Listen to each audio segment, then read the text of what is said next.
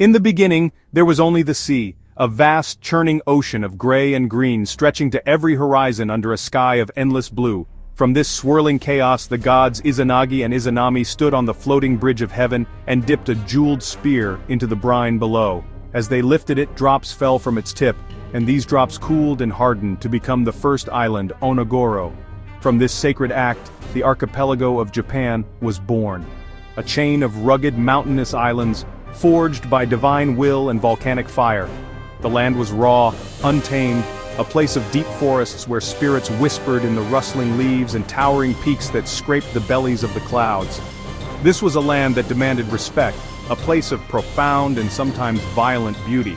Upon these nascent shores, the first people arrived. We call them the Jōmon people, named for the distinctive cord-marked patterns on the pottery they crafted with such care. A new era, the Yayoi, drifted in on the winds from the continent carrying with it a revolution. This revolution was not one of swords but of seeds. The cultivation of wet rice farming spread across the islands. Green shoots pushed through flooded paddies reflecting the sky like countless tiny mirrors. This new way of life demanded cooperation, organization, and a settled existence. Villages grew larger and more complex, and with surplus grain came wealth. With wealth came power and the need for leaders to manage it. Powerful clans began to emerge, each led by a chieftain who was both a warrior and a priest. Among these clans, one rose to preeminence, the Yamato. Their chieftain became an emperor, a living god, the Tenno. From the sun we are born, Japan shall be one. The emperor moved his main city to a new place. It was super pretty and peaceful. This was the start of the Heian period, a really special time for fancy people. Silk clothes with 12 layers, fancy court rules, whispered secrets behind fans. You got power not by fighting but by writing a perfect poem. Her world is full of a deep feeling called mono no aware. In blossoms I see fleeting life. It was a perfect way to think about how life and love don't last forever. This very special world created some of the best Japanese books ever. Murasaki Shikibu wrote The Tale of Genji. Sei Shonagon put together The Pillow Book. Through their eyes we see a world crazy about beauty. But this fancy world was like a small island of rich people in a big sea of change. Outside in the country, the emperor was slowly losing his power. The refined peace of the Heian court could not last. As the emperor's authority weakened in the provinces, a new power rose. The samurai.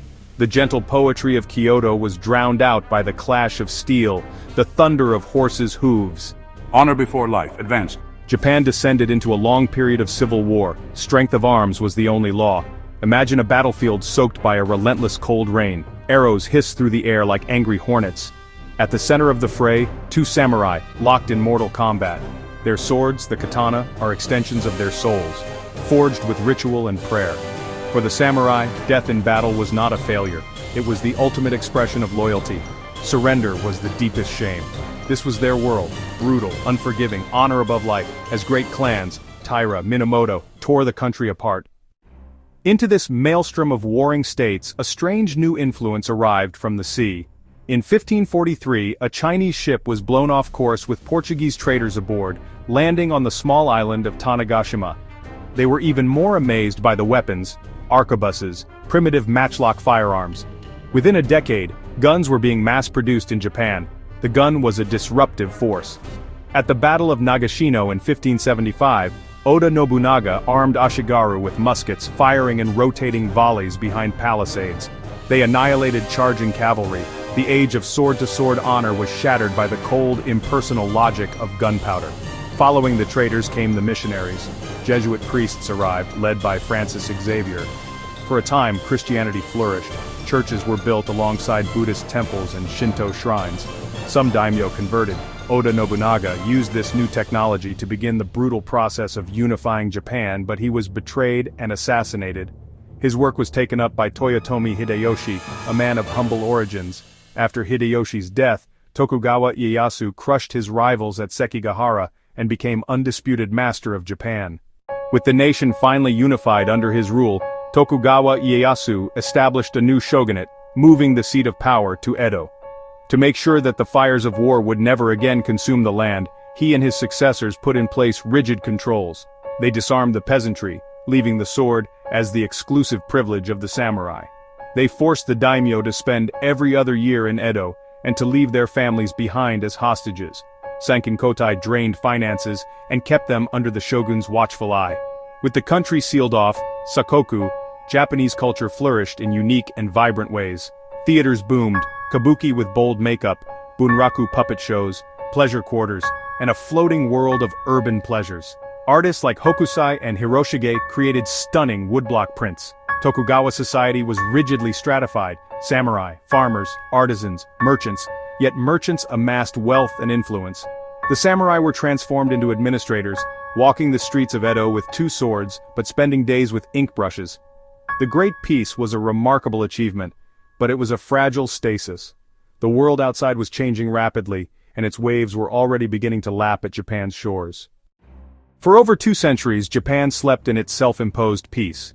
Then, on a summer day in 1853, the dream was shattered. 4 massive warships, their hulls painted black, steamed into Edo Bay, defying the shogunate. They moved against the wind, belching black smoke into the clear blue sky. They were commanded by Commodore Matthew Perry, who carried a letter from President Millard Fillmore demanding ports be opened. The demand was backed by the silent, menacing threat of Paihan's shell guns, far more powerful than anything in Japan's arsenal. The arrival of the black ship sent a shockwave of panic and humiliation through the country. The shogunate was revealed powerless.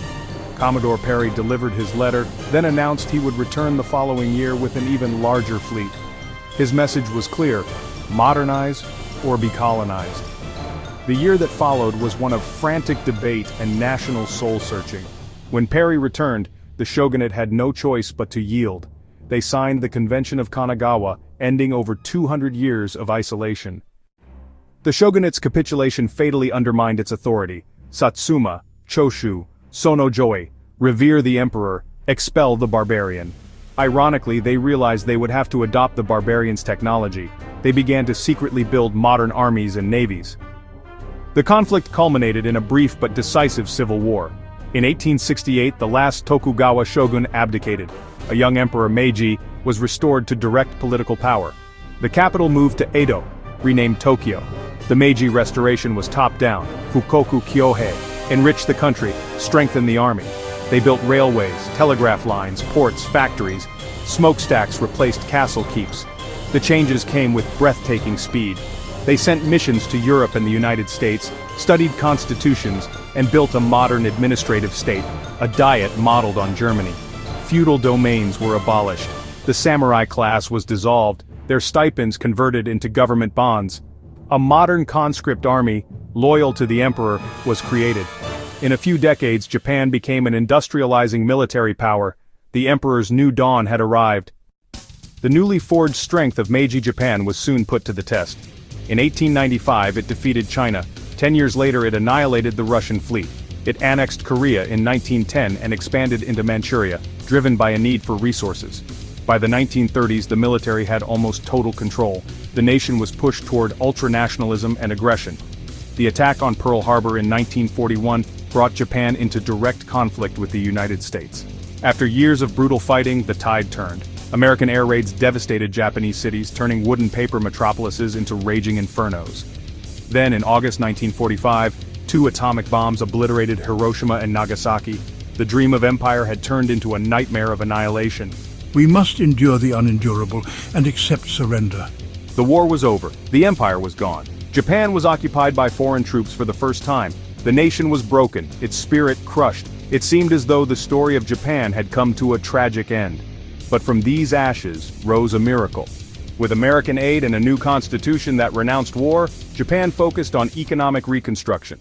Factories were rebuilt,